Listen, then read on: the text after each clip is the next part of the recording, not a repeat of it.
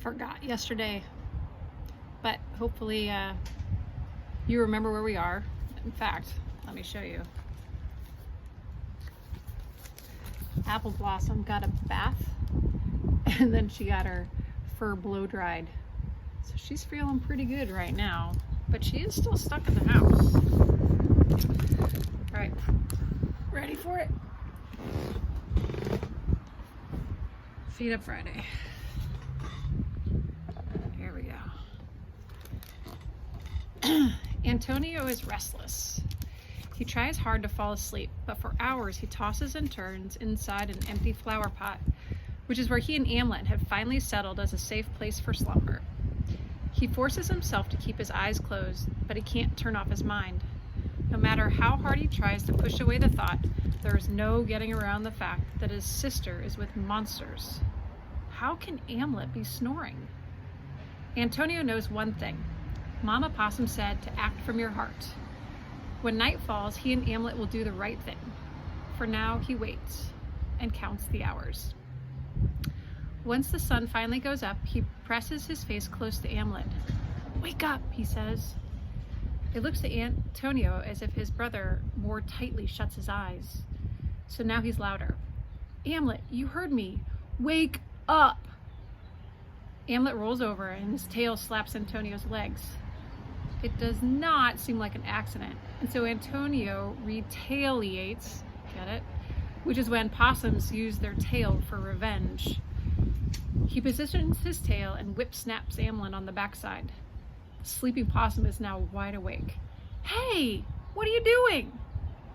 He spins, and now Antonio is eye to eye with his brother. "Don't pretend to sleep." "I wasn't pretending." "Yes, you were." "Was not." "Was too." It doesn't take long before the two possums are exchanging more than words. Amlet grabs Antonio's ear and pulls hard. Antonio squeezes Amlet's nose. Amlet jumps into the air and comes down hard on Antonio's tail. Antonio then leaps on Amlet's back, and the two possums spin around in a circle. The fight is on. Antonio grips his knees into Amlet's sides and grabs hold of Amlet's whiskers. He feels certain that Amlet will give up, but his brother is stubborn.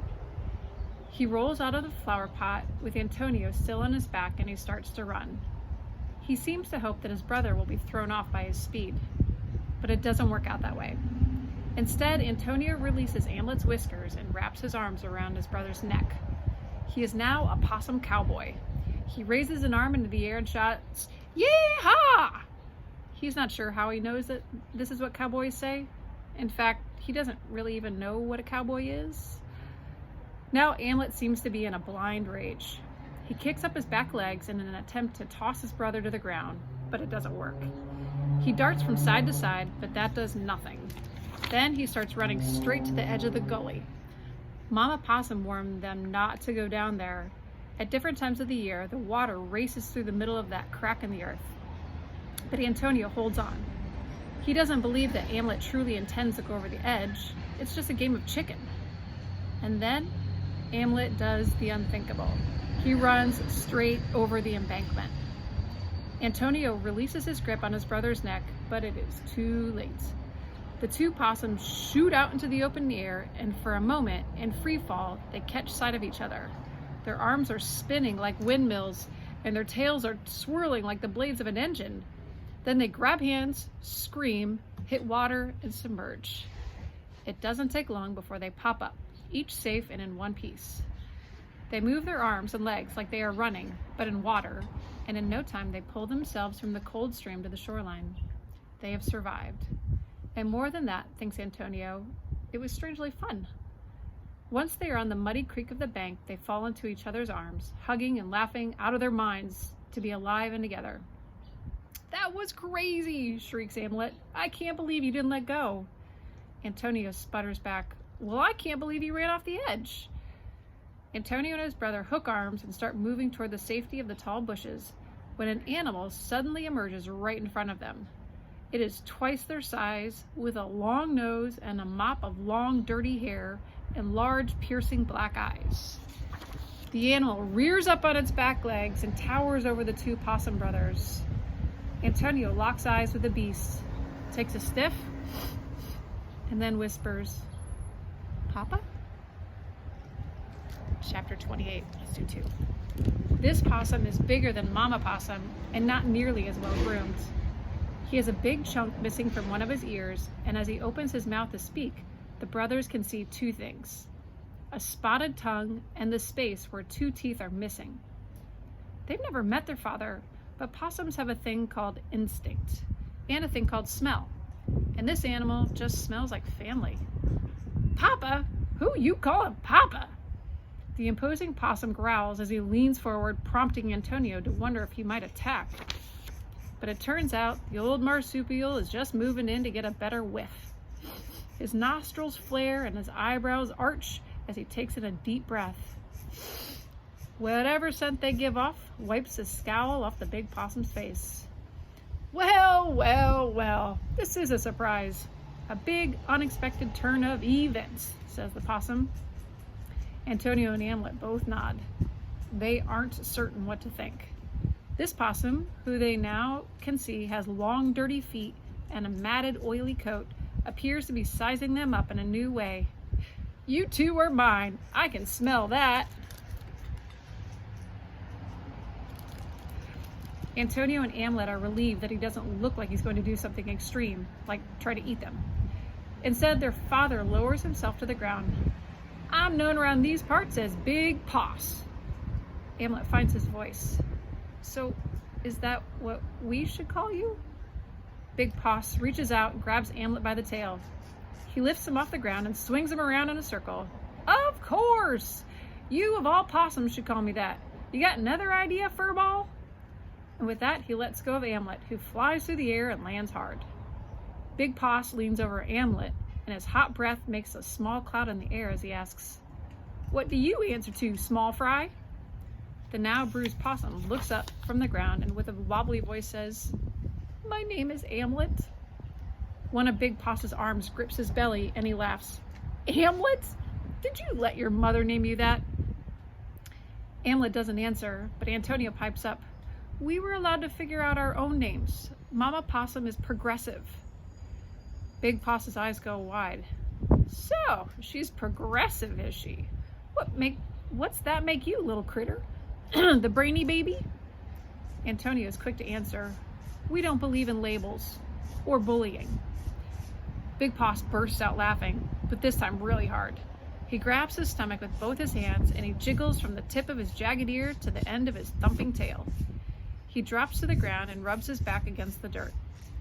Amlet and Antonio don't know if he's scratching an itch or purposely covering his fur in more mud or both. "You youngins are a big surprise. So, how you 2 ankle biters feel about shredding for scraps together?" Amlet perks up. "Shredding for scraps?"